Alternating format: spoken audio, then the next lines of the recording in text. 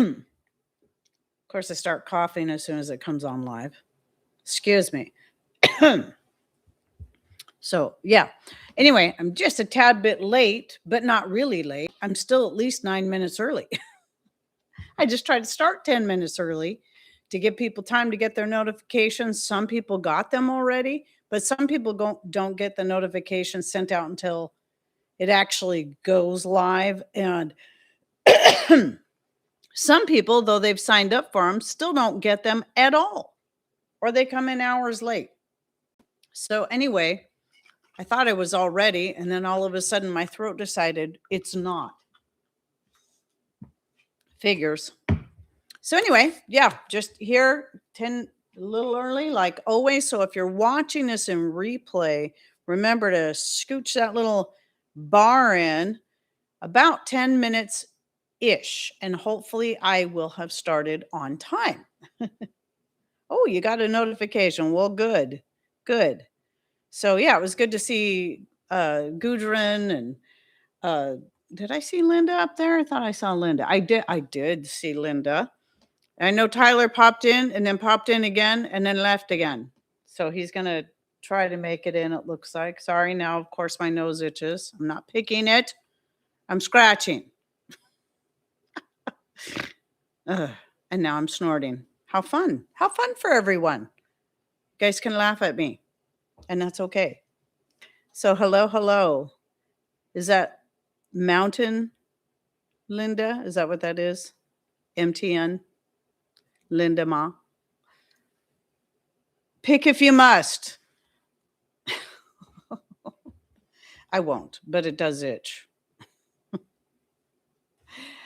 Some things should only be done in private, though some people don't care. So, yeah, I thought it'd be fun.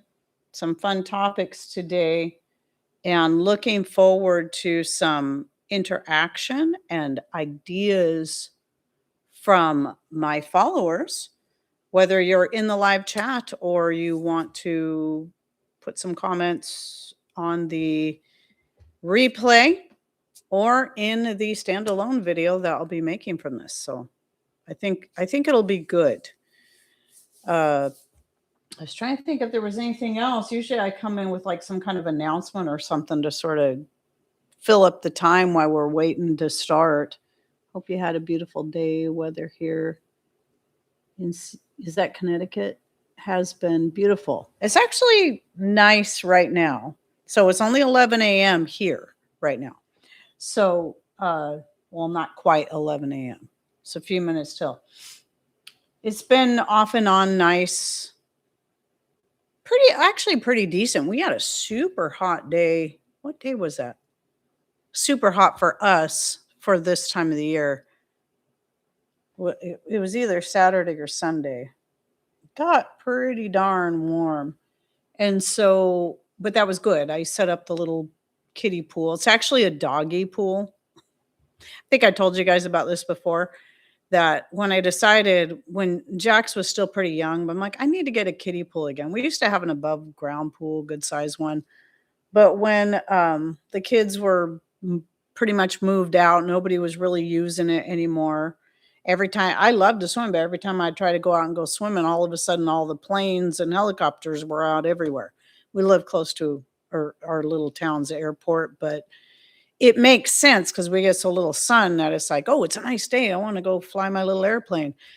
And I'm like, yeah, I think I'd rather just turn this into garden area. So that's what happened. But anyway, the doggy pools are great because they make these where they fold up. They're not inflatable because obviously that's not going to go over well with animals with any kind of claws, even if they're not super sharp. You can kind of fold it up. It still ends up being about this big around. I don't know. I can't remember how many feet the pool is. It could be 5 feet across at most, and it's about that deep. So it's just a good size for grandbabies to play in. But it has hard walls, and then the bottom of it, I mean, the whole thing is actually really tough because it's made for dogs, and it's a perfect kiddie pool. and lasts way longer. I've had it for several years because I got it before, I think I got it before Jace was even born. Because Jax was just little when he first started playing in it. So I don't know. Anyway, yeah, it's been great. So I filled that up. So what did I think I filled it up on Friday so it would have all day to warm up. And then Jace was with us on Saturday. And so we took him to church with us. And then by the time we got home, the water was nice and warm. And so he had fun playing in that. And yeah, and so the kids played in a little bit yesterday because I had all 4 of them yesterday. Even the littlest one, I keep a close eye on her though, because she's right at that size that if she toppled in, yeah, that'd be bad. So she hold on to the side of that, and she got wet. Everybody got wet. So it's good. Anyway, almost time. We're getting there. I'm always now kind of freaking out about accidentally talking over the time because some people get kind of annoyed and impatient when they come in for the replay.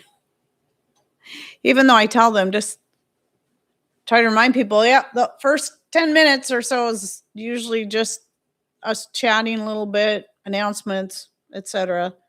I don't think I have any announcements today. Though my honeysuckle wine is looking pretty good. I talk about it. I shot my this and that this morning, so you'll see that on Monday. I wish I could get a better picture of it. The lighting somehow is not bringing out the pinkness of the honeysuckle. You know that, and it's actually coming from the honeysuckle because I strained everything out, put fresh honeysuckle flowers in, and only honeysuckle, nothing else with a red color like the rhubarb or rose petals. And overnight, it started turning pink. So I'm like, why would the second batch change the color more than the first batch? And I may do that one more time because if nothing else, it's definitely adding more honeysuckle flavor, and it's got a nice flavor. You're early.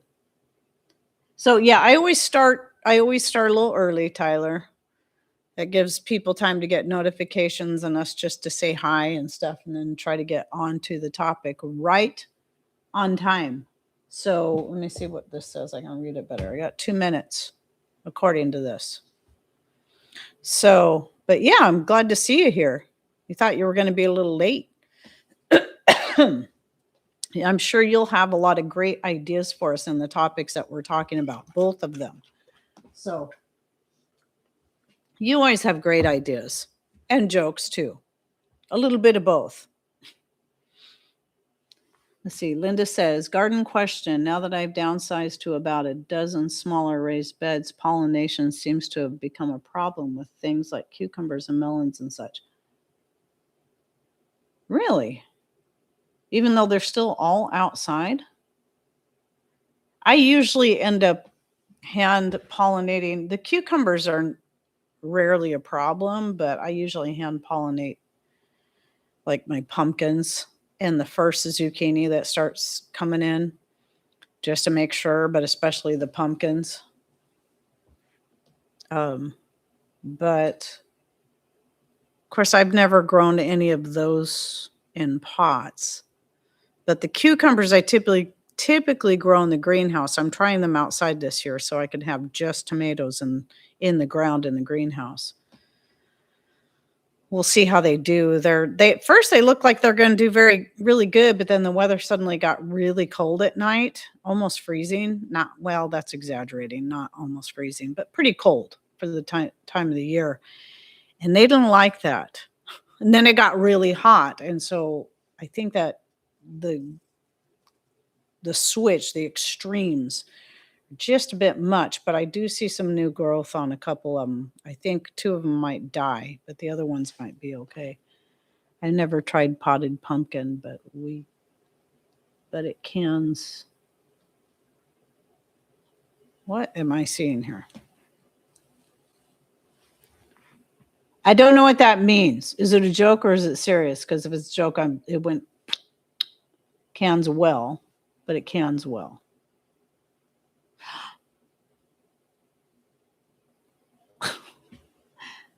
Okay, so it's time. It is time.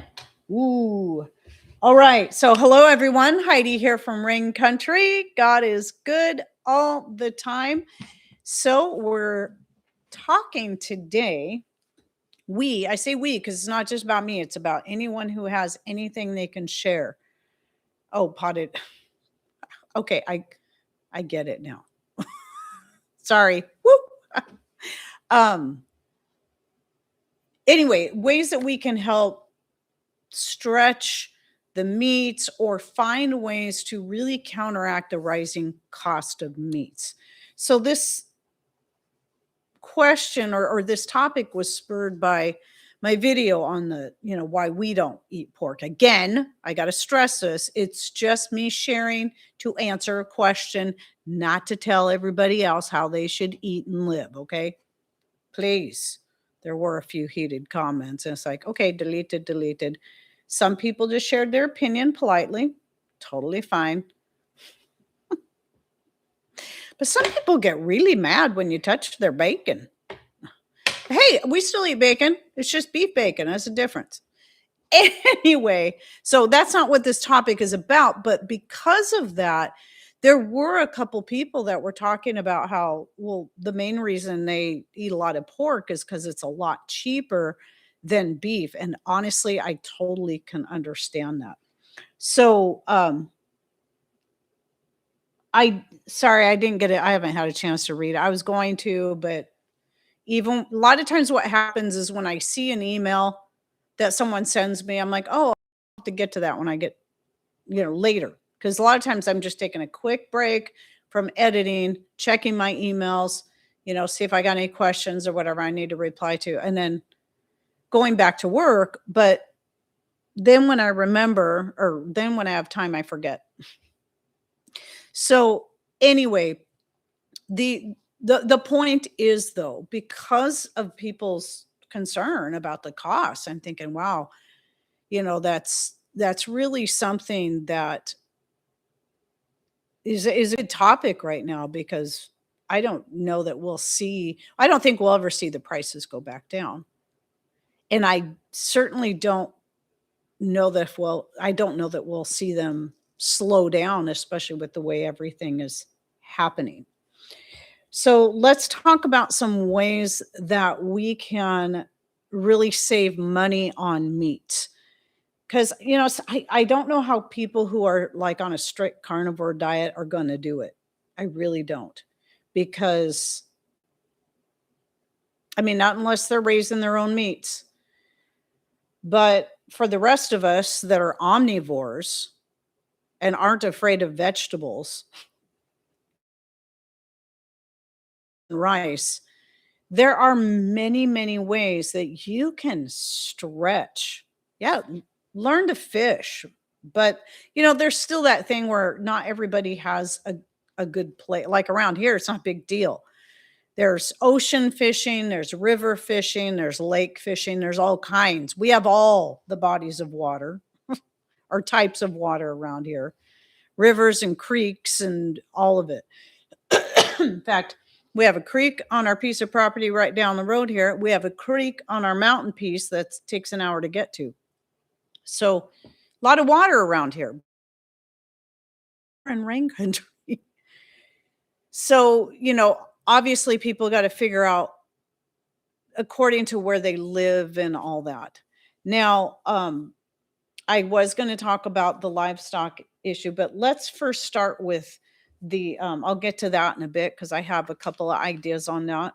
But let's first start about ways to stretch the meat you have, because I think sometimes we get this mentality that um, the main dish has to be meat. That's a steak or a roast or a whole chicken. But it doesn't have to be that way, unless, of course, you're on the carnivore diet where that's your only dish. But I mean, think about like in the 70s and other times where I think it was 70s that really, maybe earlier than that. During the Depression, but I know especially in the 70s, casserole dishes really started taking off. Well, part of the reason why is because it is a way you can have meat with your dinner, but you can really stretch it where the meat itself is not the main dish. So, what let's see, the only people I have met that are strict carnivore buy the cheapest meat they can possibly get and seem to have no question of what they are. But see, that's what I wondered, what they're putting into their body, hormones, etc. That was my question too. I'm kind of wondering that. So, I mean, they would have to be going the cheapest, yuckiest, most processed or injected, not farm raised. Yeah. More conventional. Let's see, with the poor quality meat at Walmart sells, you have to stretch it pretty good just to chew it. Oh, so typically what I do, so I'm going to give some examples, but I also did link to my playlist in the description box on making the most of leftovers. So what that is, what all of, at least I think all the videos in there, I know this is how all of them started because I started that years ago. And that was, let's say you have a whole salmon fillet or maybe a whole salmon. So you have two fillets, or you have a whole roast of some kind, or a whole chicken or a whole turkey, and you decide you want to cook that up. Now, we know today, like a whole, like a beef roast is pretty expensive, but you can make that pretty cheap, that roast, by the way you use it. So typically, what I'm going to do with any of those things is I'm just going to cook the whole thing up one night. And, I usually will eat a little off of it. Patrick will eat some off of it. That's the main dish, but it's also served with things like potatoes or rice. Usually, if it's chicken, well, usually it's potatoes, but a lot of times if it's a fish, I like to serve that with rice most typically. And sometimes with the chicken, I'll serve it with rice. And then, and vegetables, of course. So, you're getting the whole meal there. It's not just the meat. And then whatever is left over gets turned into several different dishes. And those dishes can usually be stretched for 3, 4, maybe even 5 days, depending on how big it ends up being. So, a couple examples. I'm not going to remember. I know I was trying to say it in the this and that this morning, but I realized, oh, I got that all wrong. But I think it's the last, unless one of them's buried in the freezer out there. The So you got to understand, we don't raise meat birds. We have chickens, and a couple of years ago, we ended up with a rooster. So now we're raising our own chickens, but they're not meat birds. The main purpose of them is for eggs. However, as anyone who has chickens knows, if you're raising your own chickens from the eggs and you have a rooster, obviously you have to have a rooster or you won't get chicks. You're going to get more roosters that you don't need. So what happens is we take, we have rehomed a couple because I found some people that needed two. Happened to be, I had two roosters one year. I knew people that needed roosters, two different people. So I gave them to them. But anyway, for the past 2 years, any roosters that we don't need or aren't going to rehome, and now it's like I don't really want to rehome any. But I plan on keeping one out of this year's. So the rest we're going to process them. And the reason I specify that these are not meat birds is that anyone who knows anything about chickens is that meat birds are bred to have a lot more meat on them. So that's why that you have meat birds. And with that said, when these young roosters got to, I wouldn't even say they were entirely full grown, but they were pretty close. They probably would have gotten a little bigger, but it was at the time of the year it's like, we need to take these out now. And so we processed those up. I think we had 5.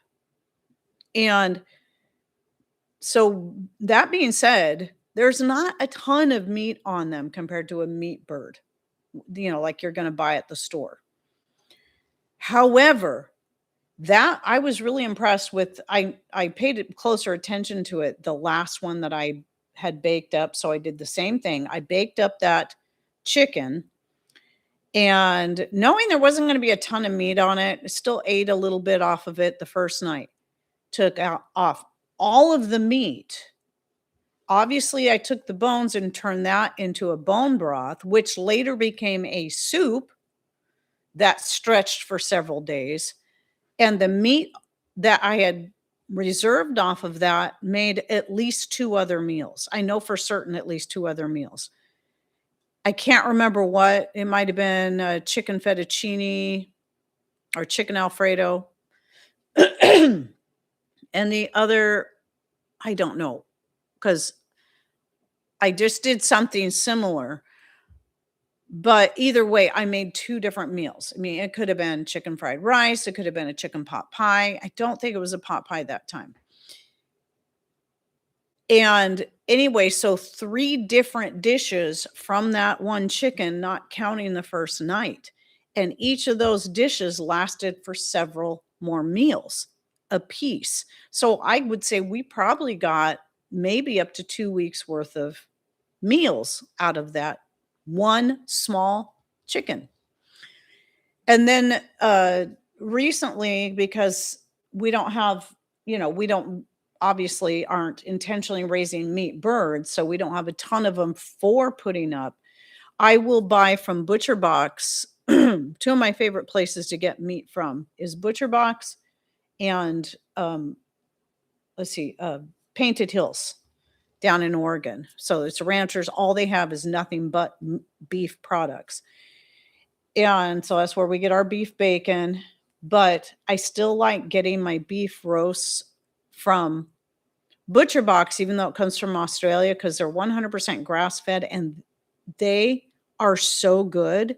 They are some of the best roasts I've had. And you can get a pretty good deal in comparison. And so I will stock up on roasts from them. And then where was I going with all of this? Oh, and I'll also get their chicken breasts. That's the other thing. The chicken does come from the US. So the package of chicken breasts is like usually 2 breasts in a package that is a set of 3. So now what I do, instead of just taking off one package and cooking that up, I cook it all up. So there's 6 chicken breasts. And I managed to take those 6 chicken breasts and spread them into a lot of different meals. So the first night was just about, I marinated the chicken breasts. I have a recipe on the marinade. It's kind of more of an Asian flavor. So again, it got served with rice and some more Asian style side vegetables. Then I took that, and obviously I used that for chicken fried rice because it's already kind of it's got the garlic and the ginger. And so, and obviously a big rice dish like that is going to spread a long ways. And plus I'm adding other things. You can even add egg to that, scrambled egg. You cook up the scrambled egg, you chop it up and you throw it in there. And then you don't typically cook it up light and fluffy. You just want it scrambled and cooked, and then you chop it and throw it in there. Now it's a good way to add more protein to any of your dishes.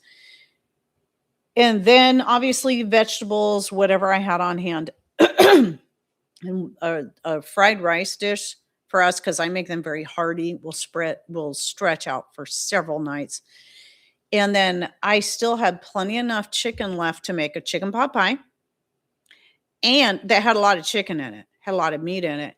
And I also made a different version of my Asian orange chicken and still have some of that left. That's lasted quite a few nights, and I've been eating on that one because it's my favorite. Though I just like the chicken the way it is, the breaded cooked chicken. And I mean, just stretched a long, long ways.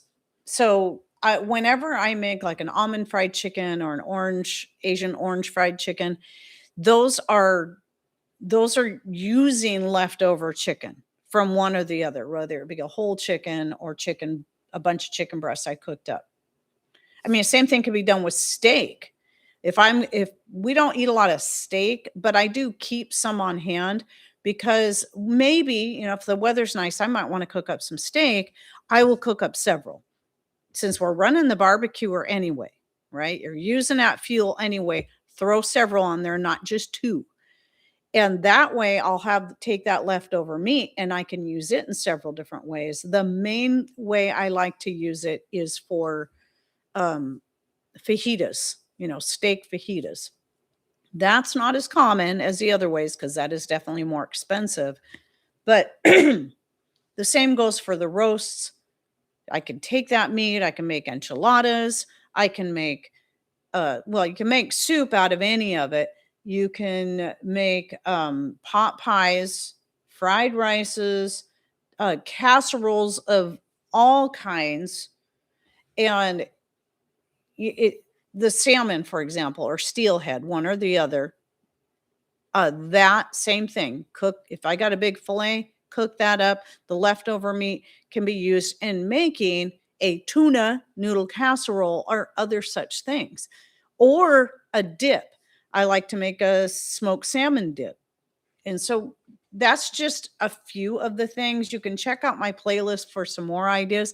But what I'm hoping is that some other people will also throw in the comments or in the live chat ideas that they like to take little bits of meat and stretch it out. So then you've also got the idea of mixing it with lentils and beans, or just doing like a meatless type dish, like split pea soup, for instance. I love split pea soup. I don't make it enough, but I do actually really like split pea soup. But what makes it even better is if you can so you made bone broth out of the bones of whatever it was you were cooking, your turkey, your chicken, your beef, your lamb, your whatever. You make a bone broth out of that. Now you can use that to make any kind of soup or gravy, or cook your lentils or beans or whatever in there. And you don't really need to add any meat to it because you've got that. And you're getting all the great benefits of that bone broth and really stretching that out. So let me see if I wrote down anything else, and I'll read some comments on this topic. Okay. I think that was pretty much it. Okay, on that. And let's see. Consider the occasional meatless dish. Let's see. Okay, let me read some comments out loud for those who don't always get to see the chat. Let's see what it says here. So we had tons of chickens or eggs primarily, and yeah, the roos are a juggling act. One year we had 17 extra roosters. Woohoo, they tasted great. Yeah, that last one especially, man. I was surprised, and I was surprised they weren't tough. See, all we get from our processed roosters are leg quarters and breast meat. The rest goes for dog food. Let's see. We have a lot of meat on the roos, and they're more than ready for camp. I'm always able to stretch one meal into at least 3 different meals. A whole chicken can last for 5 days at least, plus the broth stock for soups, etc. Steaks, roasts, etc. are the same. Okay, bye, Tyler. I'm sure you're already gone, but I'm saying it now. I just now noticed that I had to scroll up. See, I buy a whole a whole grass-fed cow from a local. I was like, between you and me, Deb, I buy a whole grass-fed cow from a local butcher that is freezer ready when we pick it up. That's always nice too. We've done that on occasion. Unfortunately, the last one, some of the meat did not taste good at all. It was wrong. I wouldn't say it tasted spoiled. It wasn't good. Some of it was great. It was like there were some thoughts on like maybe it hung too long or hung too close to something else, because there were just parts of it that were kind of gross. and I've been a little afraid to try it again, even though we've done it a few times from different people. See, making beef and barley with split pea soup tonight using leftover roast meat with bone broth. Awesome.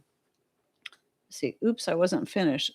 After I pick up After I pick off the majority of the meat, I cook down the bones for broth. There's always a good bit of, yeah, same. I notice there's still meat left on there, no matter how much you think you've picked it all off.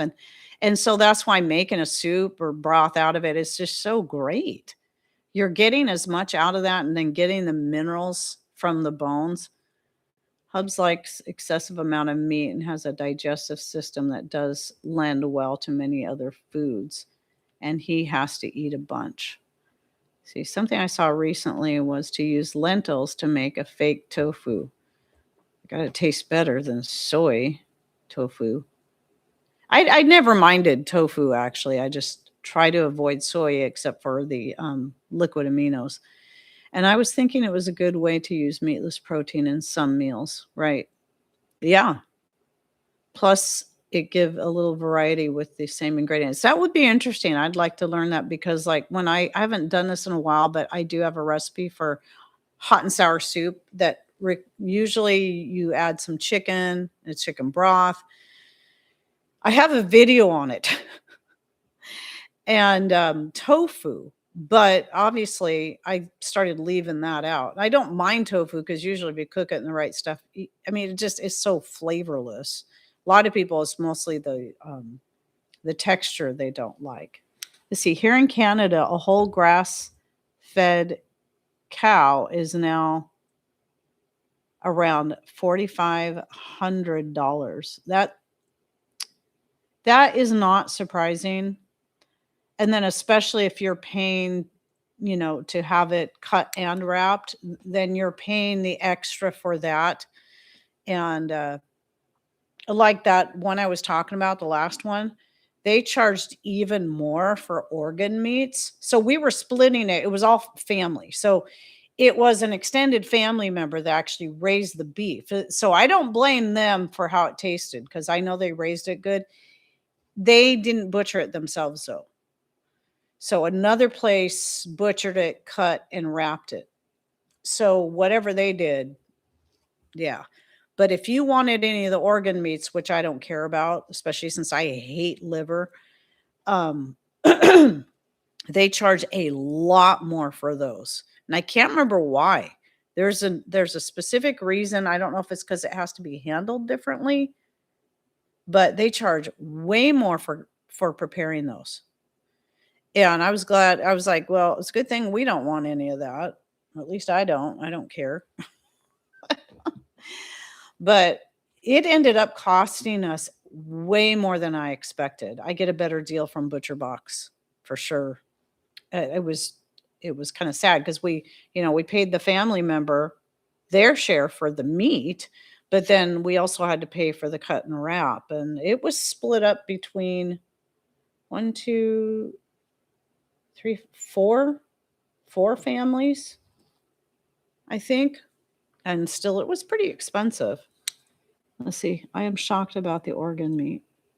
It used to be free. No, they not if you at least not to this particular place, whatever it was. I can't remember what the place was. It's over and it's not even very local. I mean, I know the place we used to take, like, and get a deer and elk. There's a place in Port Angeles, so it's an hour away. You would take to have it processed, and they did it at Sunrise Meats. They did a really good job, and it wasn't that expensive. But that was also last time we had that done here locally. That was a long time ago.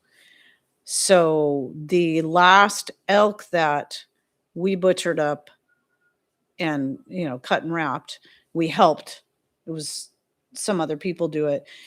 We did that ourselves, so I saved a lot of money. Anyway, okay, let's move on to my next idea is, let's see. Well, I'd already mentioned egg, but consider some more egg-based dishes because right now, at least I don't. This isn't really fair because I haven't bought eggs in so many years now. It seems, but I'm assuming eggs are cheaper still than buying, like, well, pretty probably any meat. at least for the moment. But if you're raising chickens, because chickens are one of the two easiest uh, meat type things, protein based things that you can raise and get into. Well, if you've got your own chickens and you've got these eggs coming in, that's a good source of protein and selenium and vitamin D. And you can do more egg based dishes. So remember the hot and sour soup I was talking about? Well, you've got the egg drop soup, but hot and sour soup is similar. You do the whole egg drop thing in there, but you do add a little bit of chicken. But you could leave the meat out and just do the egg drop in there. So you scramble the egg and then you slowly pour it in as the soup is boiling, and then it cooks as it and kind of ribbons out as you're, pouring it in there.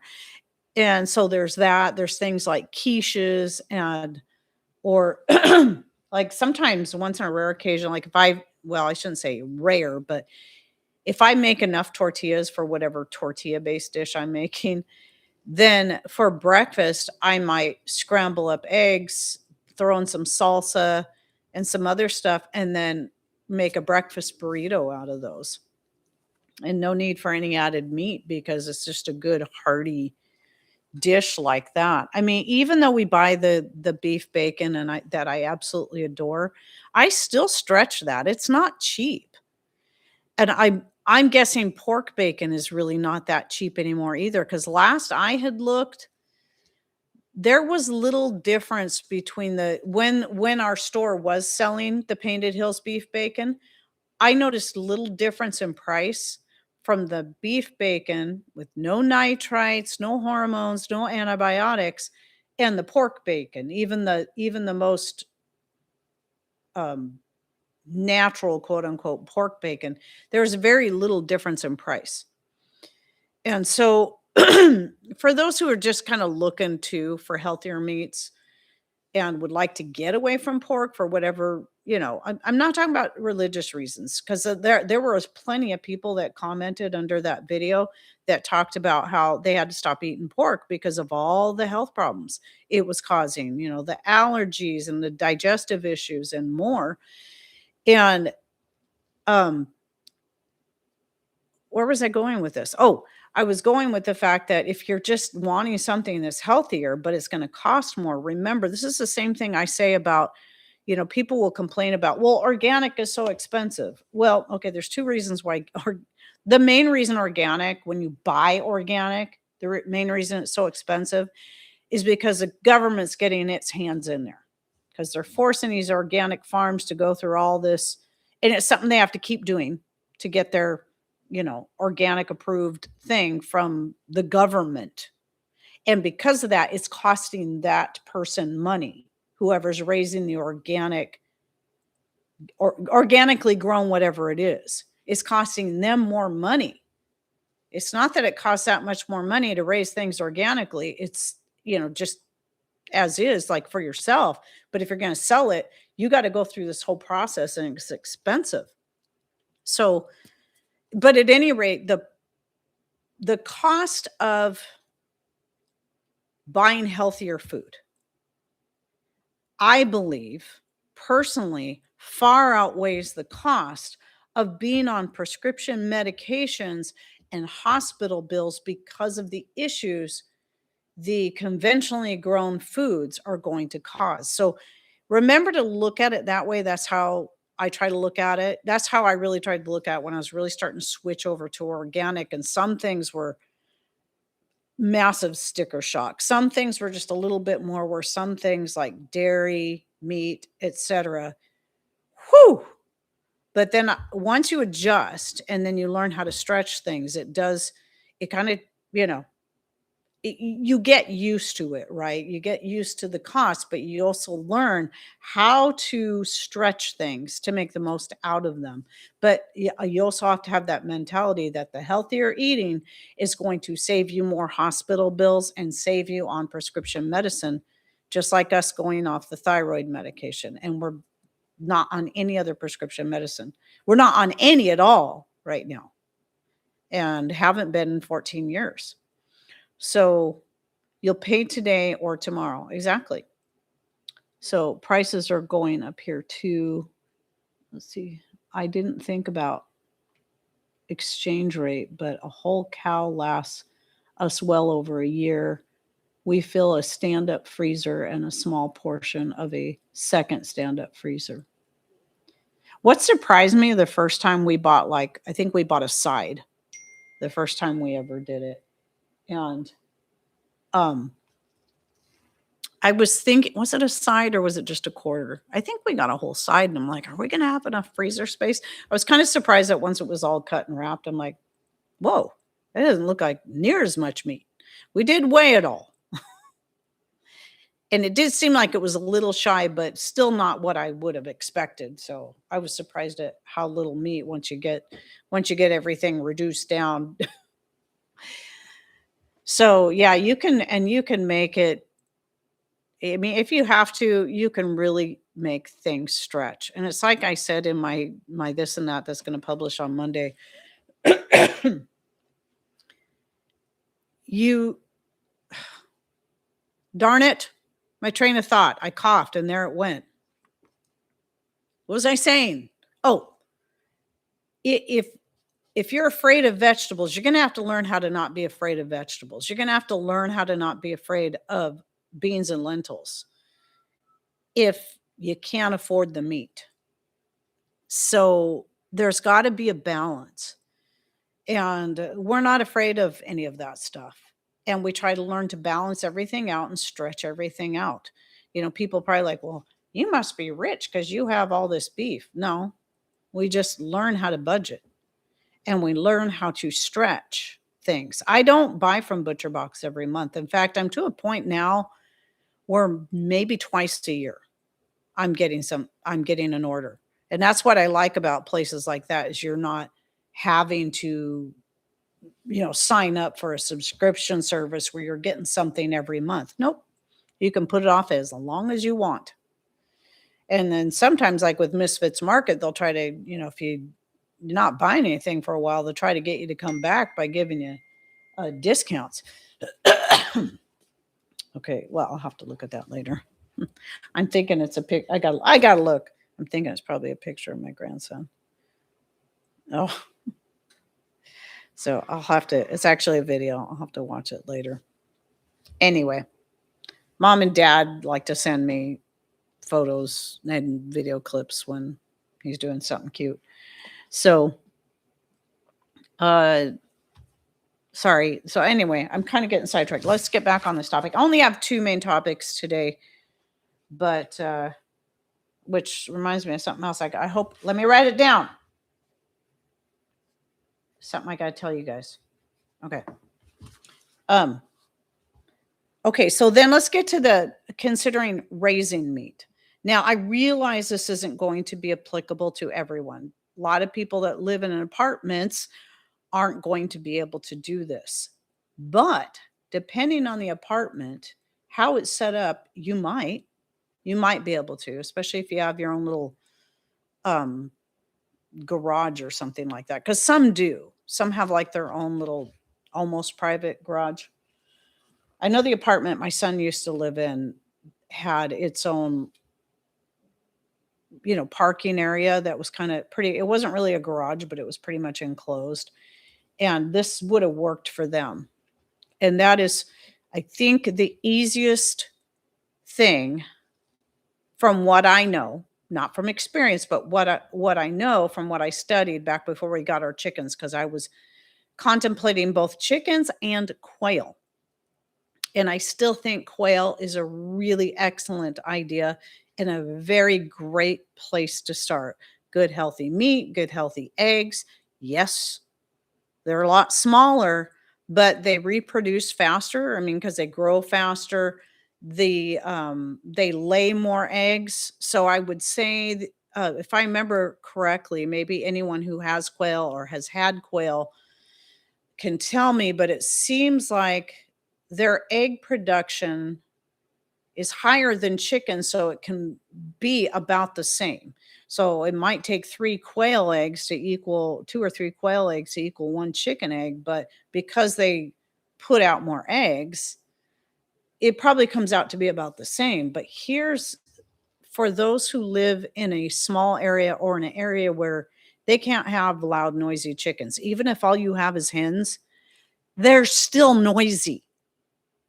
They're noisy if something startles them. They're noisy if someone's in their nesting box, because some of them are very picky about which nesting box they go into, and they can be noisy, and they will stand out there and holler, holler, holler until the other chicken that's in their nesting box gets out of the way.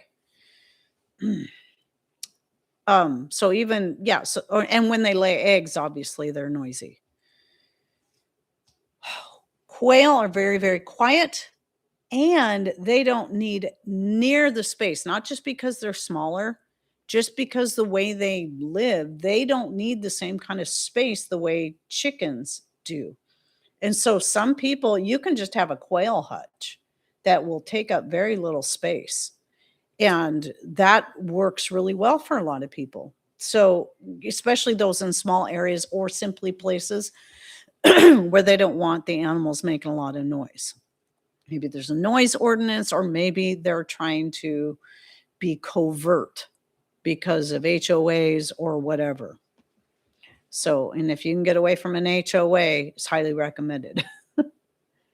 Let's see. We set aside money every month to be able to pay for the beef. It's cheaper by pound for the whole cow.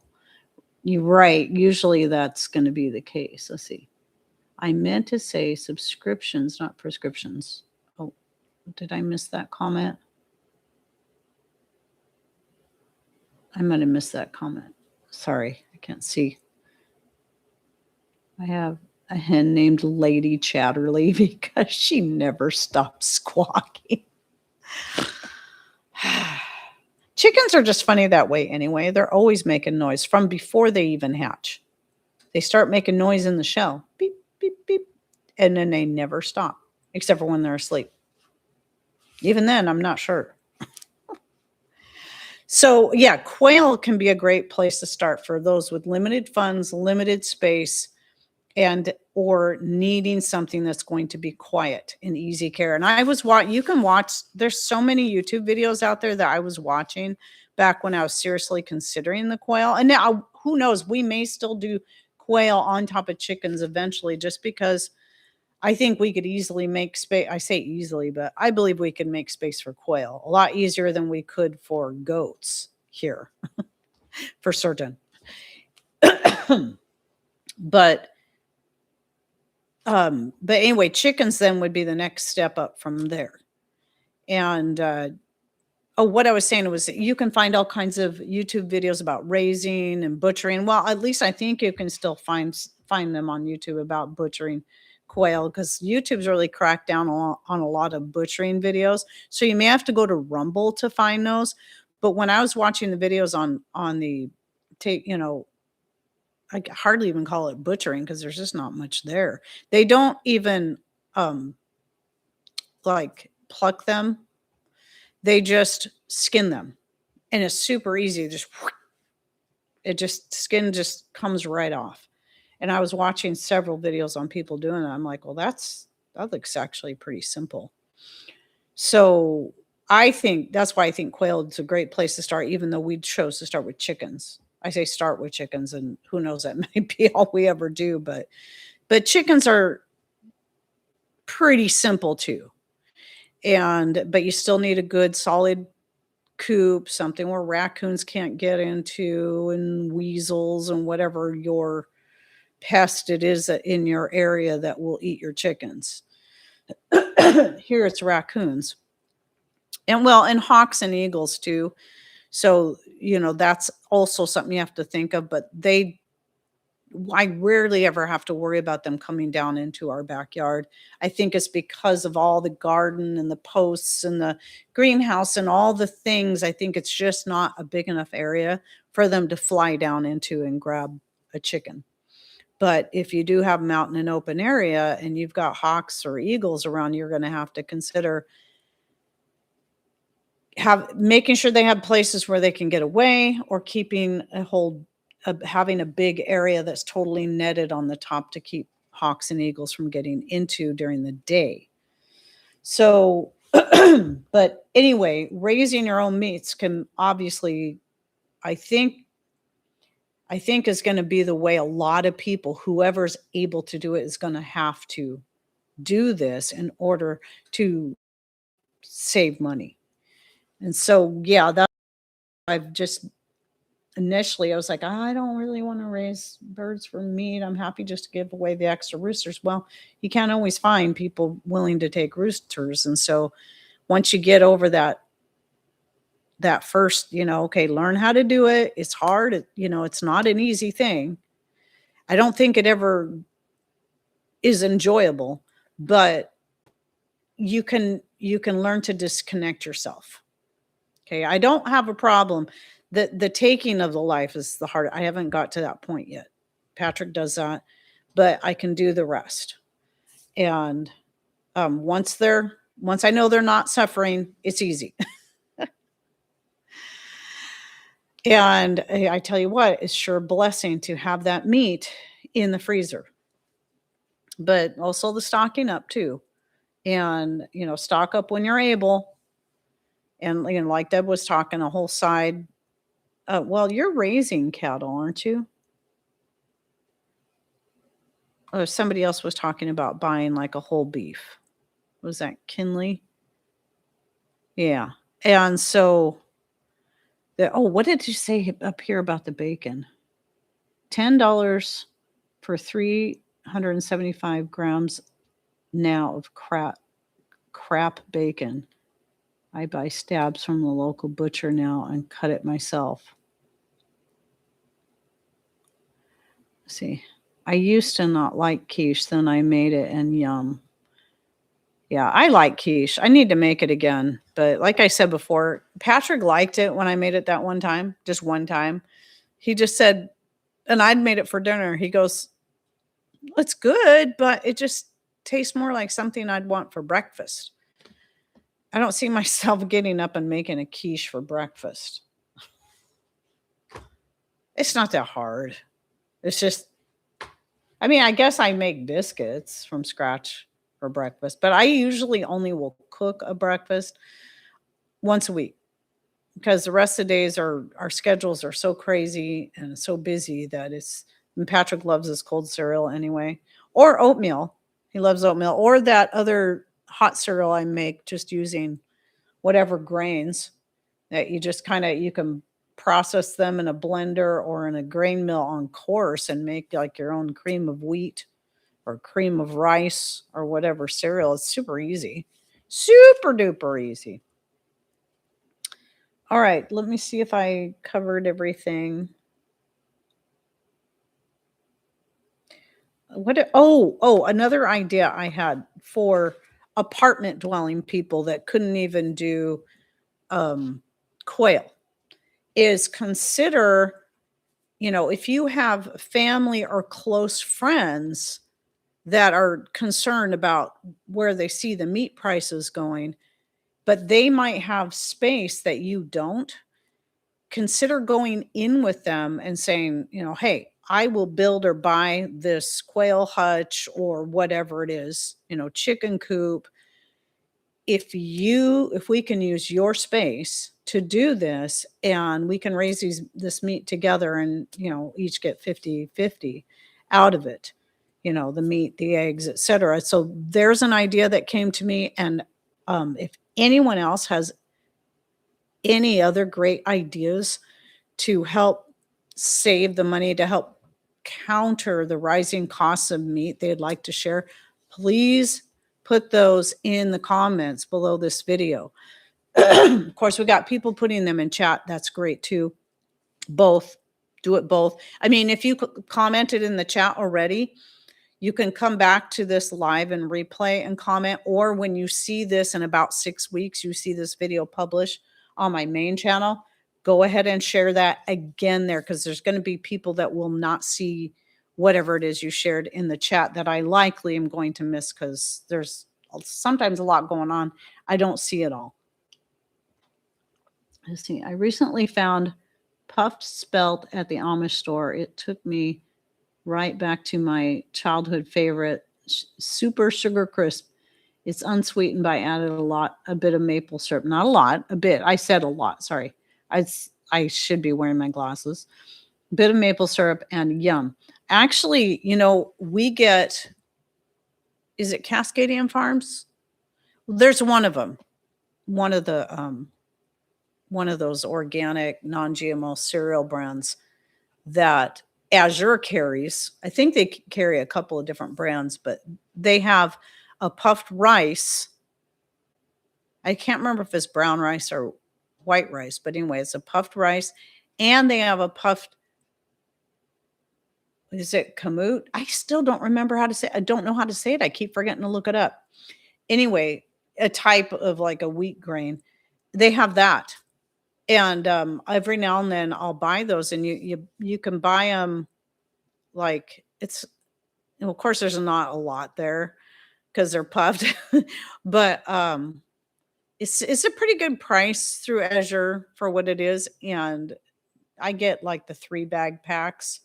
So you get 3 bags of each when I think to order. In fact, I need to add that to my next order. I think we're out. So Patrick does like those. A lot of times I'll have a blend of some organic cane sugar with cinnamon all ready to go. And sometimes he'll use that on there. Or he uses it in his oatmeal too. See, I can't eat puffed wheat anymore because gluten aggravates my system. But yeah, so anyway, puffed rice. There's puffed rice cereal that's similar. If you can have rice. Sometimes I know gluten-free people can't have rice either, have issues with it, even though it's supposed to be gluten-free. Man, my throat's really starting to hurt. So I'm sorry, people. All right. So that's it for that subject.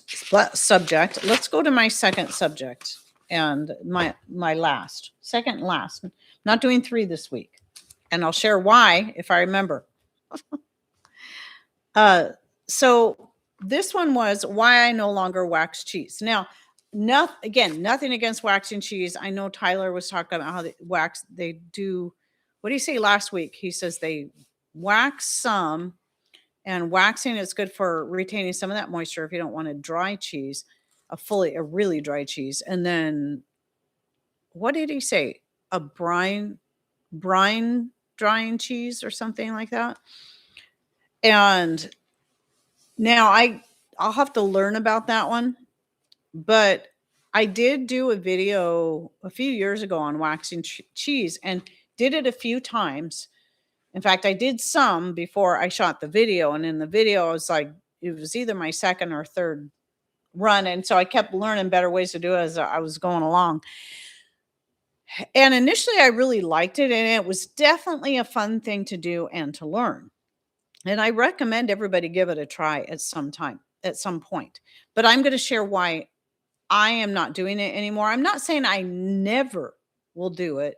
I mean, it certainly can have its place, but generally speaking, it's not going to be the way I'm going to use for long-term storing cheese where I don't have to use a fridge or freezer. So one of the reasons why is you got the cost of the special wax. It has to be a special kind of wax. You can't use beeswax. That's the most common question people are going to ask, because beeswax, not unless you can mix it with something, and maybe people who wax cheese and have tried it can share. But beeswax, just melting beeswax and using that, it's too brittle. It won't work the same. It has to have a certain amount of flexibility to it once it's cooled and solidified. It has to be at least a little bit flexible. And that wax can get rather expensive. Now, yes, you can keep reusing it. You got to clean it off first. And because it's going to get oil on the inside of it from the cheese. So then, so there's that cost. It is also a rather messy process. Again, it is fun to do. At least first couple times was fun, but it is kind of messy. And, you got to have all this equipment I say all this equipment, but I just use stuff I already had on hand. But I think once you dedicate that equipment to waxing your cheese, you're just going to want to have it be just for that. So you'll likely want to buy separate equipment, pans, etc., just for waxing the cheese. Now, if that's something you like and you want to keep doing it for certain, then yeah, not a big deal. But anyway, so there's that. Let's see. And in my personal opinion, unless you don't care how strong the cheese ends up, it's really only good for like 4 to 6 months in my personal opinion. Now, the first ones I did, I let them age 4 to 6 months, and they're gonna get stronger after you wax them. That and you're gonna what you're doing is you're not storing them in the fridge, you're not storing them in the freezer, you're storing them on a shelf. And they will age and they will just get stronger and stronger and stronger. And the first ones I did, I really liked after like 4 to 6 months, even though I typically like a more mild cheese just to eat. I was surprised at how much I really liked the taste of that cheddar after 4 months. It was really good. But the main thing, sorry, now I got something in my eye. The main thing is that the I did with it, and I liked the whole process of, letting it age. And a lot of it was, again, just to try it out so I could just share my experience and decide whether or not this was going to be something I'd want to keep doing. But the thing I liked about it is that by aging it getting stronger is it made it better for making things like macaroni and cheese, anything where you're gonna or making the cheese powder, which I'll get to. Because having it be a little bit stronger, when you cook it in that way, if you're using a mild cheese, you just don't get that same cheesy flavor in something like homemade macaroni and cheese or a cheese sauce. You do want a sharper cheese. So aging the cheese, especially if you're making your own cheese from your own dairy animals, then it's a way you can get that stronger taste. However, I had some that I had forgotten about. I had put up and I was like, "Oh, I forgot I had this," and it sat for like a year. And there was nothing wrong with it per se. It's like it never really spoils, but it will keep getting stronger, and it was so strong. Now, I've never smelled what's that cheese that I used to always hear about it. It starts with an L. Maybe somebody can help me remember. It's right there at the tip of my brain. Something, I don't know. Seems like it has Berg in it too. It starts with an L. Limburg? Is it? No. Is that right? Anyway, I remember it from cartoons being really, really strong smelling and making people pass out. So I can imagine Limburger. Okay, that's what I was thinking, but I'm like, is that right? Am I saying that right? I can imagine that must be what that smells like because I did that with cheddar and it was so strong. And I thought, well, it might still be good for me to dehydrate and powder up and use to make a sauce. Even then, it was still way too strong and I didn't like the flavor that it added to things. So, so if you're making your own cheese from your own dairy animals, yeah, I would say wax it or age it in another way if you're wanting a sharper taste. But if you're wanting to do it for long-term storage, I don't think it's the way to go. I mean, you'd want to be working through that within, 4 to 6 months. Maybe longer depending on your tastes. But for me, to put up cheese outside of the fridge or freezer, I don't even freeze cheese anymore. If I have room in the only reason I'll freeze cheese, I sound like a Dr. Seuss book. These 3 fleas flew through freezy trees, whatever. Cheese trees. But anyway, the only reason I'll freeze the cheese is because I might possibly have a little more room in my freezer, but that's very rare. So now I just if it's all packaged, if I'm buying the cheese and it's all packaged up, it's not gonna spoil. I refrigerate it and then just work through a package at a time. So, oh, is Billy in here? Sorry, I'm catching up on comments or trying to. Okay. See, I can cheese according to Cat's Cradle's instructions. So there's that. There's the canning. I haven't tried it yet, but Cat's Cradle, she was one of, I think, the first person I saw. I used to watch her back when she was putting out videos and before I started my own channel. And I still wonder whatever happened to her. She came back, did one video, what was it, a year or two ago, and then been silent again ever since. I always wonder, how's her daughter doing? I'm sure she's all grown up now. But you can cheese, so that's one way you can make it shelf stable and preserve that flavor if you don't want it super sharp. But what I like to do is um, to dehydrate it and then powder it. And that you vacuum seal it in a jar, it lasts for years. And I would say longer, but just from my experience, I can definitely say years. I've had some vacuum sealed in jars for years, still as good as the day I put it in there when I went to open it. And that cheese powder can be used to make all kinds of different things. You can use it to make a macaroni and cheese. You can use it to make a cheese sauce or fondue. It's just a matter of adding water and cooking it for a little bit. And obviously not too much because I think it might separate. But I made a cheese sauce just by adding water and cooking it, and it was good. And I would assume if you cook it in milk, it would probably turn out even richer.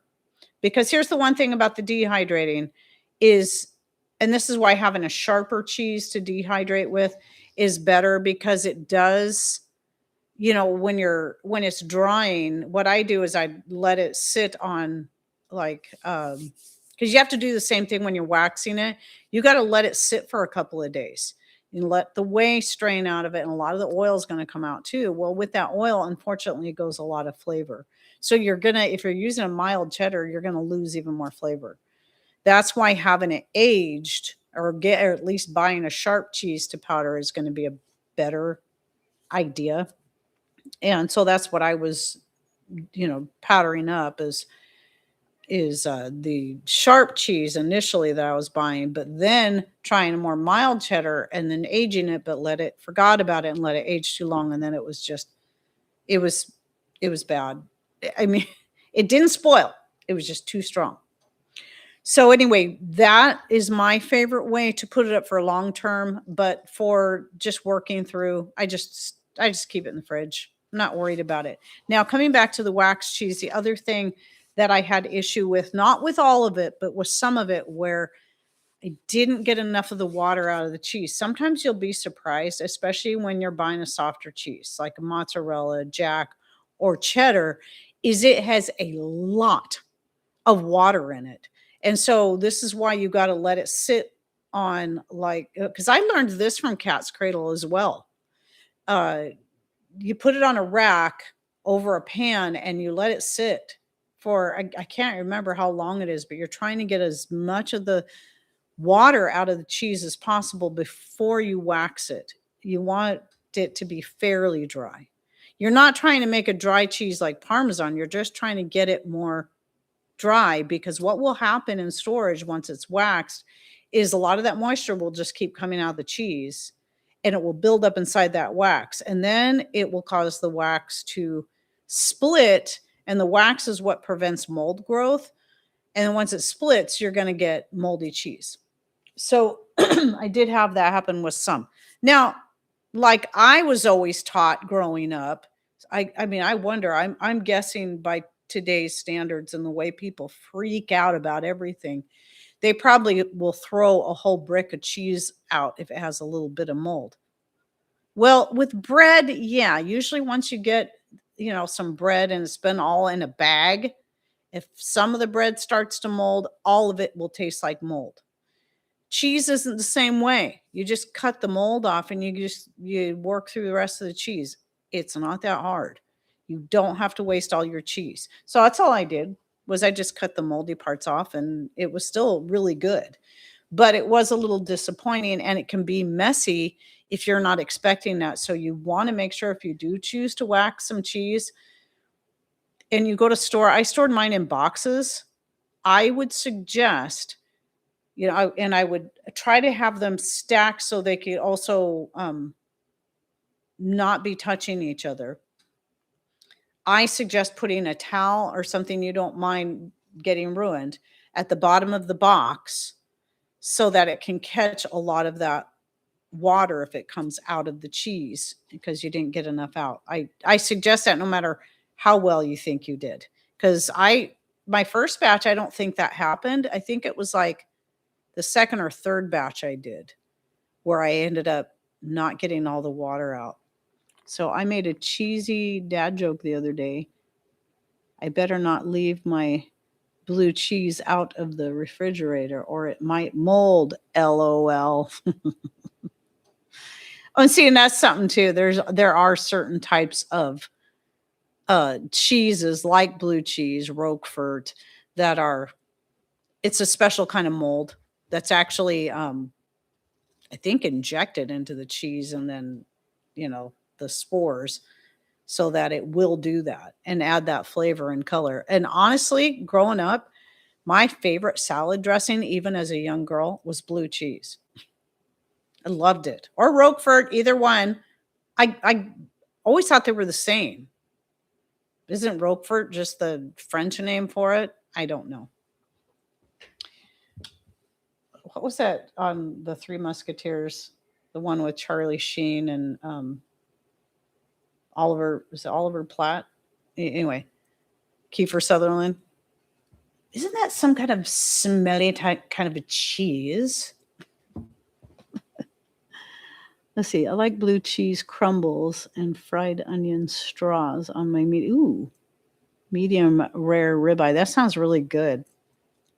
So, what else does that remind me of? Oh, feta cheese is another one I really like. That's kind of a stronger cheese. That Greek. It's a Greek cheese and it's a crumbly one. That's pretty good.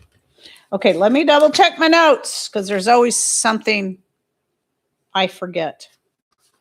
So anyway, those are some concerns you're going to want to think about if you decide to wax cheese. I'm sure with practice you'll get better. And I'm sure Tyler could, if he was still here, he would share a lot about his experience in that. And so my better options for me personally is freezing, refrigerating in the package, or dehydrating and powdering. And I'm glad somebody did bring up Cat's Cradles canning because I forgot to write that one down. Because that is a good option. I think there was a couple other people. Maybe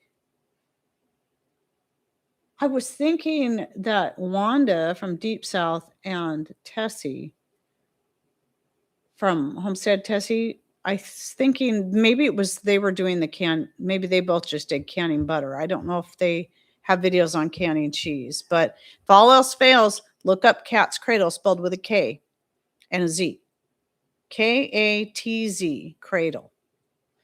And then search on there for her canning cheese videos. And I'm sure there's more channels out there. There's so many new homestead channels coming out every single day that I've never heard of. And I'm sure any one of them probably have videos on that. And I may try it at some point. I may try it just for the heck of it. If I remember, that's probably half the problem. I say, I'm going to try that someday. And then it's like, I'll say that, but 5 seconds later, I've totally forgot that I had even considered it at one point. So anyway, with these talking about homestead channels I've never heard of, it's interesting because I had a channel, 2 channels, reach out to me to be a part of a collaboration for the month of July. And I was excited, even though I'd never heard of them. I mean, when I was doing when Fermented Homestead was doing the Fermented February, I'd never heard of her channel before that, but I joined in. I don't think she's doing it anymore because we haven't I haven't done it in a couple of years, but anyway, every February would be a fermented February, and she'd have all these channels participate and do some kind of fermented something. So this one is for the month of July. So I do mention it in my this and that video, and I'll be linking to their channels and that. But being that I'm live at this moment, um, I didn't think to get their channel links, but I'll share the names so you can go subscribe. And the collaboration is called Jar It Up July. So mostly it's going to be about people canning and pressure canning, and I'll be talking about that, but I don't get here partly because of our climate and because of the kind of things I do like to can aren't usually ready until August. While I'll be talking about some of that, I won't be showing or doing an instructional video on canning. I do have an idea. I got to make sure I have it all figured out by Friday, because that's when I'm going to shoot the video, because mine's going to publish on July 8th. And anyway, I better check and see. I forgot to see if there was a specific time that they're supposed to publish, because a lot of times collaboration, when they're really organized, they have their videos, everybody's videos published at the same time each day, which makes sense. So anyway, where's my notes here? Would it be in my this and that? Isn't this the one I just shot? No. What? I still have those notes in here? Oh, here it is. Sorry. So their channel names are City Girl Homestead, and her name is Chris. And the other one is The Inquisitive Farm Wife, and her name is Angela. And so, yeah, I thought it'd be fun. I don't get invited to collaborations much. I think people probably just think I'm too busy. But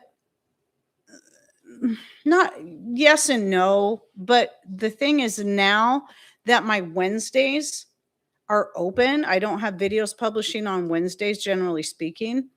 I now have this open day in the week that I can publish an extra video. So that's what's going to happen. And I'm like, this works out perfect. So whenever something like this comes up, a collaboration, I do have to take the extra time to shoot that, but I don't have to rearrange videos 6 weeks out to be able to squeeze it into a certain time. So I'm better set up for being a part of collaborations now. So that's kind of nice. Especially since they're pulling this together now, and July is only 2 weeks away, or less than 2 weeks. I mean, today's already the 17th. So yeah, I'm going to shoot the video on Friday so I can have it all ready to go. Because to me, I mean, my this and that videos aren't much different, because I shoot them on a Wednesday morning and then they publish on Monday morning. I wish I could have it closer together, since, because of the type of video it is, but that's the best I can do and make sure that I have it done and ready by then. And I don't like being stressed. So if I shot it on Friday morning, or even, especially on Sunday, no, because sometimes I need a couple of days, especially with all the gardening stuff going on. And sometimes it can take me all day to edit a video. Let's see. What do we say here? For some reason, I think you'd enjoy homesteading with Zimmer. I've heard of them. I just honestly have very little time to watch other channels, other homesteading channels. Usually if I'm watching other videos, it has nothing to do with homesteading, unless I'm looking up something specific and I'm looking for, like how to do something I haven't tried yet. Then I'll look those things up. But I rarely, there's several reasons why I stopped watching other homestead channels, and it's nothing against them. But once I started my channel, there's something that tends to happen is kind of strange. And that is that suddenly you find yourself all putting out the same videos at the same time. And you can get accused of copying. That's not why I don't do it, but but really it's because usually what's happening is people are having the same ideas at the same time. And if I'm not watching those other channels, well, I can't be accused of it, because, well, I had no idea, because I'm not watching their channel. But the other thing was kind of just being me and doing things my own way, and not I don't know. I how am I trying to say this? I feel like by watching other people's channels too much, you feel like you have to emulate them, but you don't. And I just want to be me. But the other thing is too, I like finding my own ways to do things. That's probably the number one way, unless I'm looking for something specific. I like trying to create my own ways of doing things, just like the whole using the fermentation starter to make bread. I didn't want to be like everybody else and get into just standard sourdough. I want to do it my way. It's a little bit of that independence in me, I guess. And yeah. So, but anyway, it's nothing against any of these people. I'm sure there's many, many great channels out there, and I'm happy to recommend channels if I think they're great. Unfortunately, for them, I don't watch enough of them to know. So you can only study something for so long before you run out of people to learn anything from, right? Let's see. There's some other reasons too. I know I'm forgetting, but a lot of it now is just like, yeah, it's kind of like that whole, it's like, okay, yeah, I already have my own way of doing that. I already know how to do that. And I don't have time for things like that when I could be listening to some Bible teachings, or lately my thing has been listening to a lot. I think I told you guys this last week, of videos that most of these are young people like my kids' age that are very, you can tell, are pretty smart compared to most people their age when it comes to money, and going over some different bad financial things that, and choices that people out there are making, and then breaking them down and giving smart advice. See, and the funny thing is that stuff I already know too. Obviously, that's why we're debt free. But the reason I like listening to those is it's not so much of the advice they give. I like hearing young people give that same advice. It's more about hearing a young person's take on what they see going on, and also learning about what our society's doing financially. And um, again, this is why a lot of my videos lately have been more about that kind of thing, because it's given me a lot of ideas of things to approach myself from my point of view, not from this young man over here or this young lady over here. But see, what's the one guy's name? His name's Zach something, and then the one lady, her name's Simone. Social Simone. She's fun. She's really fun. I like her. But anyway, let's see. That is what you. That's what you've taught us. I have way more confidence now than I did, and I love to experiment on my own instead of being told what to do. Exactly. And I'm glad to read that. Thank you for that. I dropped out of high school and got a GED in the 10th grade, and I'm financially better off than the older family members that told me to go to college. And that's one of the things these people talk about. And this is also why, well, I find it rather fascinating, because I'm really glad to hear more people saying that, especially today, college is pretty much nothing more than a scam, especially for the cost. I'm just shocked at how far in debt kids are getting, or young people are getting, just to go to college to get a absolutely useless degree. I mean, some of them are just dumb. It's like, why did you do that? Did you really think there was going to be a good job for you getting a degree in gender studies? But even the ones that people are saying, yeah, you should get a degree in, anything computer related, because that's always going to be a good thing. Well, guess what? Now the people that were getting those kind of degrees are having a tough time finding a job. And I'm sure you can guess why. Because now you've got AI taking over all those jobs. that they thought were going to be available to them. And these colleges and universities are just outrageous. When I went to college, I went to a private college. And of course, I realized this was 100 years ago. Not really. This was back in 86 to 87. And back then, well, I'm sure I can't even imagine what it is now. But it was definitely more expensive than just going to Washington State University, or definitely more expensive than just going to my 2-year college in Wenatchee. But that's where I felt I needed to go because it was a private Bible college, and it was $7,000 a year for full credits. And that was expensive. That's nothing now. And even people going to 2-year colleges are paying way more than that. But you've got a lot of these young people, and they're being basically browbeat into going by their elders. And on a way you can understand it, because there was a time when some of these older people, when they went to colleges and universities, they weren't charging that much, for one. And for two, there were actually decent degrees that when they got out of school, they could actually use them. But that's not what you see happening. You got people that are hundreds of thousands of dollars in debt in student loans, and are having to work at McDonald's or other such minimum wage jobs because they can't find a job anywhere else, and certainly not in the profession that they chose.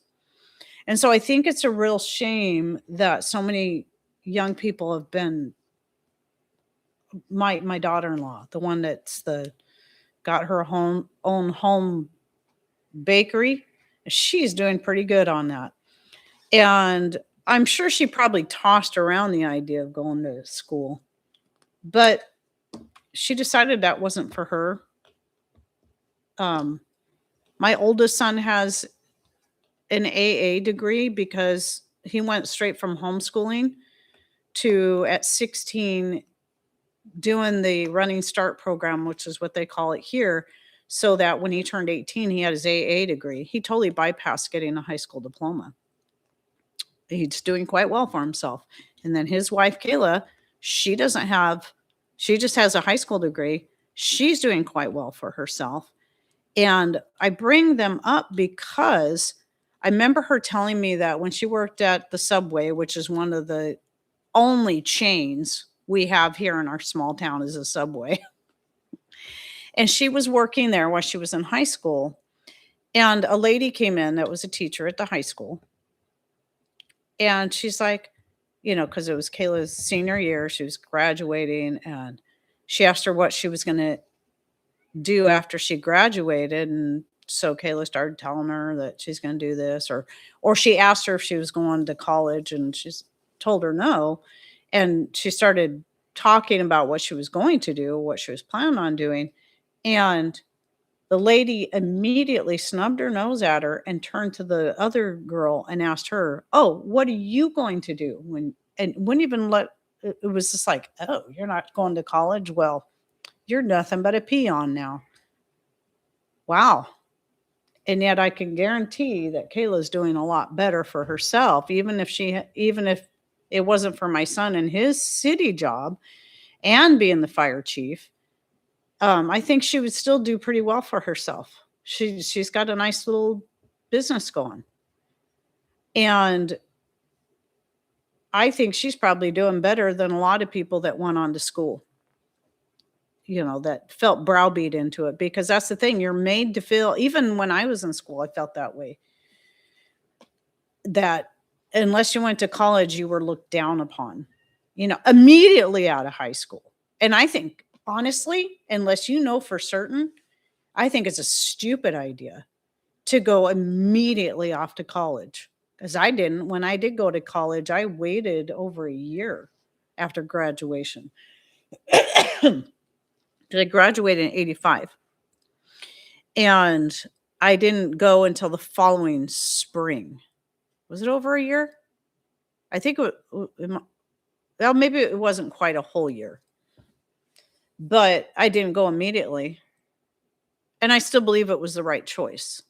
And I'm not going to get onto all that. I think I have a video about that on my main channel I did several years ago before Jax was born.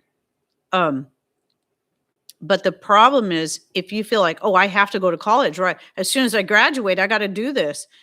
And so you're forced in there. You don't even know what you want to do with your life. You might start out with one major and then change it and then change it and then change it and then change it. Then you're in school for 10, 12 years because you keep deciding on a different profession and you're massively in debt. And in most cases now, it seems to be nothing but a big waste of money. And even those who do go on, see, and Kayla's probably yep, you can guarantee she's happier. She's able to stay home with her 3 kids and still run her business from home. Although I do still take the kids, her 3 kids, once, for a few hours once a week. That's every Tuesday. And that gives her a day where she can just focus on getting certain things done that are harder to do when all the kids are there.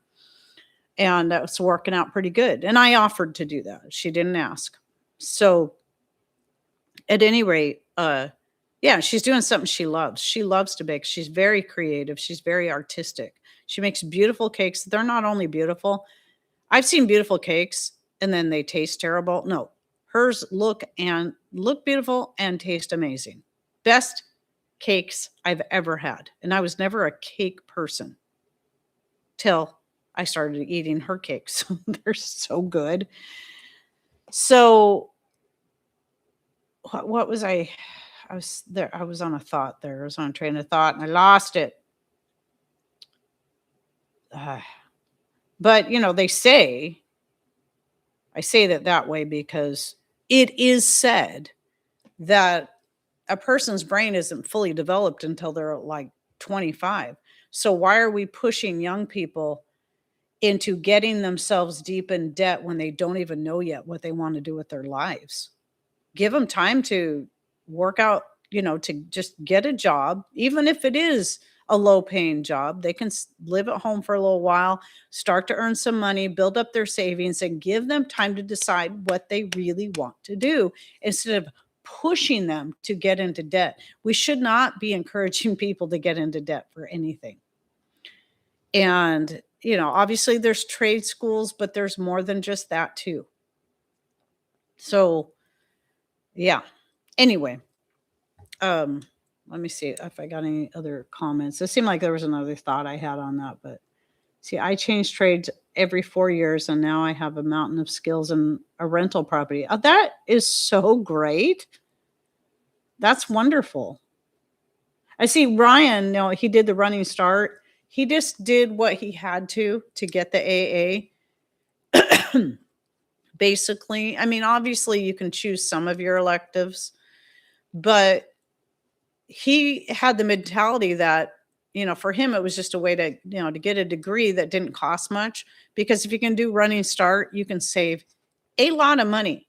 Basically, you go through his program and the state pays for the schooling for the credits and you pay for your own books and stuff. And so you save a lot of money. And he was able to just skip the high school diploma entirely. And but when he went, he's like, I really not certain what I want to do yet, but I know that I can do whatever I set my mind to. I mean, he recognized the fact that he still wasn't sure what he wanted to do. I mean, I know he had a lot of ideas, but he also had the confidence in himself to know that he could do whatever he set his mind to. And that's exactly what he's done. And both of my boys are very active kind of people. So the jobs they have keep them on their feet. They're not sitting at a desk or doing that kind of stuff. They're active. And anyway, so yeah, and Ryan, he gets to run heavy equipment. He learned that at one of his first jobs as a young teen. He learned how to run heavy equipment. And his very first job was washing log trucks. not kidding. But because of that job and because of his boss, and his boss was a hard guy. He really liked Ryan because Ryan's a hard worker. And because of him, he was able to get a lot of good references and he learned a lot of skills, believe it or not, in that job. And then from there, he moved on to working for a contractor, running a lot of heavy equipment. And then now he's working for the city. And he still gets to run heavy equipment, plus a fire truck. That's for the other job. You see, I have a lot of manual labor and a lot of desk work. I use the desk work to fill the time I need to take a break from outside. That's basically what I do, Billy. It's kind of the same thing. It's because obviously editing videos or shooting my live videos is desk work. But if I'm editing a video and it's taken hours, I'm like, I might be working on it for 10 minutes. I might be working on it for a half an hour or an hour. But then the sun comes out. I'm like, I need a break from sitting down. I'm going to go out. I'm going to do some stuff, get some stuff done. It's like, okay, my back hurts. I'm going to go sit down and edit some more videos. Oh, time to get up and go wash my dishes or whatever. I like that. I like having the freedom to do it that way too and not being locked into just one thing. So what does Gudrun say? College on average is totally overrated. Yep. I'll still remember that lady that followed me. She followed us for a couple years. She seemed really nice at first, then all of a sudden turned on me like a snake. It was awful. At first, I thought I misunderstood her email. She sent me this long email and it was so scathing, but I thought maybe I was just misunderstanding it. So I replied to it and I was cool, explained a few things because I thought, well, maybe she means this. Nope. I don't know what bee got in her bonnet, but she turned on me, assumed I'd never been to college because I've been saying that, for basically speaking, college is a scam. Not in all cases, not in all situations, but basically, yes. And she called me uneducated, lazy, she didn't say spendthrift, but she told me I waste a lot of money. She accused me of having a bad relationship with my husband. A lot of things that she knows nothing about. And when she made the thing about Patrick, saying that, she could tell we have a bad relationship and we need help. You know what it was? It was all because of one little joke I made when Patrick was out picking grapes. And I'm like, ooh, here's a good little video clip I can put together and talk about my grapevines. And this was years ago. And so he was in the grapevines. He's a pretty hairy guy. And he's kind of long-bodied, but kind of short legs, short arms. And so it's funny to me. And he's in the grapevines, and there's grapevines all around him. He's practically hidden in there. And I'm like, oh, look, there's an ape in my grapevines. Because of my little joke. Oh, we need marital counseling. Are you kidding me? That's our love language. Hello? I'm thinking she must be an old spinster whose university degree did nothing for her. That's the only thing I can think. And I know that probably sounds mean, but why would you suddenly become so cruel? I mean, she said a lot of really mean things that were also very off base. And it just caught me by surprise. I was just blown away. And I responded to her and tried to be as nice as possible. I'm like, and this woman lives way up in Canada. So she thinks because she has a psychology degree, she can make a state. That was her excuse. Well, I have a degree in psychology from such and such university, whatever the big university. I'd recognize the name of it if I heard of it because I've heard it before. It's up there in Canada somewhere. I'm sure that Kinley, is it Kinley? Are you the one from Canada? Probably knows what I'm talking about. Because she has this degree, she can tell by one statement long distance in a video that was like 2 seconds long that we have a bad marriage and we need counseling. I'm like, wow. Yeah, college breeds ignorance and arrogance. Exactly. That's exactly it's exactly what I saw. So that was yeah, she was pretty nice for a while. And then all of a sudden, I can't even remember what it is that set her off. But suddenly she was so mad. This was in 2020. And haven't heard from her since, and that's fine. I don't really ever want to hear from her again. Unless she's going to come back and say, I'm sincerely sorry. And I would forgive her. But dang, if that's what a university degree does for you, I don't think I want one. Okay, what? I'm sorry. Let's see. People like that when they have to feed off trying to hurt others to make themselves feel better. Yeah, they are like, yeah. Let's see. I have to see what I've accomplished and need to be physically tired at the end of the day. I hear you. Let's see. You can't even file bankruptcy on student loans. That's right. If you fall on hard times and can't pay back a student debt.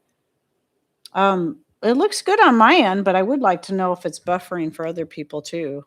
But I haven't seen any weird flashes. Looks like I'm still alive. And see, 2020 in general is probably what set her off. You know what? You're probably right. That turned a lot of people into monsters. Being holed up in their, yeah, whatever. It seemed like there was something else I was going to say in regards to, the student loan thing. See, and that, Nikki, that right there is just another reason, like, why I think it's a travesty that young people are feeling pressured to get themselves into that kind of debt. If they have to get into some kind of debt, which isn't recommended one way or the other, there's got to be a better options. Even if it's buying a camp trailer to live out of for a few years, why you save money to do something better. That's what both of my boys did. They lived out of a camp trailer. Just how many feet? I know Justin bought the one from us. 25 foot was that one. I think Ryan's was a 25 foot too. Used camp trailers, lived out of them until they were able to get themselves more financially secure to move up from there. I mean, even that's a better, they paid cash, both of them, for that because they had been saving their money. But even if you had to take out a small loan to buy something like that, that's a better investment. Because like Ryan, he turned around and sold it for what he paid for it. He lost nothing on it. He gained. And both of the boys ended up having places to park. Like Justin, he lived out of his here on our property. And the only thing we did charge him rent per se, but it was basically to cover the cost of the power, the water, and any of that kind of stuff. Internet, just split all the costs of those. And Ryan, he had his parked at another person's that had bought this piece of property and had a shop on it, and he did want somebody living there, and he had trailer hookups there. He wanted somebody living there pretty much full time so that he could always have somebody watching the place, keeping an eye on it. So he let him live there for free. I think he only had to pay for electric and water, maybe. So yeah. So they, you can make things work if you really want to. And you have, obviously you got to know the right people, but I think if people tried hard enough, they can find ways to make things work. And that's certainly better than getting yourselves into that kind of debt that you can't even file bankruptcy on. Let's see. Kinley, yes, a short time ago. Let's see, where am I at? People don't like to admit they wasted multiple years and hundreds and thousands of dollars. Yep, there's that too. That's why I appreciate the people that did invest in freeze dryers. That there's those that do um, honestly love their freeze dryer and turn around and find ways to make money from them to by selling things, specialty things like freeze dried Skittles or something that are apparently really good. To get back the money that invested in it. But I would say about 50% of the people, at least that have come to me and told me their experiences, have been publicly, actually in comments, quite honest about their experience and how much it was a waste of money. And I appreciate that, because I think the ones that get angry at me for bringing it up are angry because they don't, for that same reason, they don't want to admit that they wasted that kind of money on something they didn't need. But, it's not something I'd be against if it's something people love and it works good for them and it's the best way for them to put up food, great. So, and the same thing goes with the college education. I mean, even Ryan's degree did help him some, but, it was just a AA degree. I think because he has his AA is how he's able to get his job with the city, but he didn't need that degree for his job, his previous 2 jobs that he had, and he did pretty good. So, let's see. 2 of my 3 businesses were only started because people recognized the skill of mine and wanted to pay me for it. That's how I started teaching dance. People found out that I was a dancer and that I had taught a little bit in Wenatchee out of my home, and people started asking me to start teaching class, start my own dance school, and it ended up being pretty successful for a while. I mean, for a small town. I mean, at one point I had like 95 students all at once, not in class all at the same time, but all together with all my classes put together. That's quite a bit for a small area, a small remote area. See, they also don't realize how different things are now with the school system. There's that too. So, see, I had collections after me after 6 months of finishing college. Really? Only 6 months? Had barely started working, let alone have enough money to start making payments. Good grief. Wow. I don't think I ever took out a student loan. I was able to get, because my mom did foster care. By the time, like the last 1 or 2 years I lived at home before I went off to college, she was doing foster care full time by then.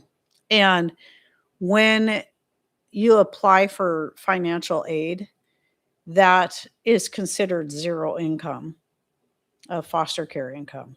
And by the way, my mom was an amazing foster care parent who actually cared about the kids. It all started with her taking in someone who needed a place, and it wasn't through foster care, a teenage girl. And then from there, it ended up building into that because she realized she had a ministry to these teenage girls, and she had a real heart for them in the hard situations a lot of them were coming out of. And it just grew from there, and eventually we moved into an old farmhouse. I don't know what the rent she paid for that place, but it had a lot of bedrooms, 3 bathrooms. It was perfect for a for a foster situation like that, and she also took receiving care. But anyway, because of that, I was able to get a full financial aid, but because of the college I went to, there was still money owed. And so basically, I just paid it directly to the school. I didn't take out a loan. The school carried the loan. They added interest of their own, but it wasn't super high. But even while I was still attending there, I was paying every month because I had a part-time job. I was paying something every month, and then I was able to start paying more when I started working full time. But anyway, but things worked out. I was able to get out of that debt fairly quickly. We had to start paying after 3 months. See, I was thinking he had more time than that, but I know that's probably all changed as well. See, I was fermenting hot sauces and giving them away, and people started asking for my Cash App to get more. Huh, cool. It's like people that want to buy my like muscle rub and some other stuff, but it's like, no, I'm not I'm not selling that stuff. There's certain things I might sell or barter for and with locally, but I there's certain things I won't sell online. Certainly not wine. You can get in trouble for that. Anyway, so I should probably get off here and then also let you guys go get your jobs done. So anyway, yeah, don't forget to subscribe to those two channels. Let me read them off again. It's not like you have to watch all their videos, but if you're wanting to just see the collaboration with the other channels, that starts 1st of July, I believe. Let me look at those names again. Or was it? Okay, City Girl Homestead and the Inquisitive Farmer. Oh, no, excuse me, the Inquisitive Farm Wife. So those are the two channels. Canada is different, LOL. I don't know why that made me laugh, but that was cute. So anyway, again, as always, I so enjoy this time. And I think especially on Wednesdays, I love it because it's the day after I've had 4 grandbabies. And it's a way I can interact with other adults. Besides just Patrick, of course. But usually by the time he gets home from his busy day, I've had 4 grandbabiys. I'm dead. I'm dead. I don't want to talk to anyone. I don't want to look at anyone. Oh, and you know what? It's not the boys that are the biggest handful. It's the 2 younger ones, the girls, especially Rowan. Oh my goodness. And then Kyra, she's like 10 months old now, and she hates having her diaper changed with a passion. And she will throw the biggest fit. She hates it. Wow. Anyway, I said I was going to go. Grown up words. Yes, grown up words. Though I don't always use grown up words. Wasn't I doing a Dr. Seuss quote not too long ago? Anyway, it's just the fun, being able to laugh, but also also cry together sometimes. Cough and clear your throat together. And share the fun things and the serious things, and I love it. So anyway, thanks again, everyone, for sharing your precious time with me. And I really do hope and pray you guys have a lovely week. And thanks for coming in. Take care and God bless. Bye.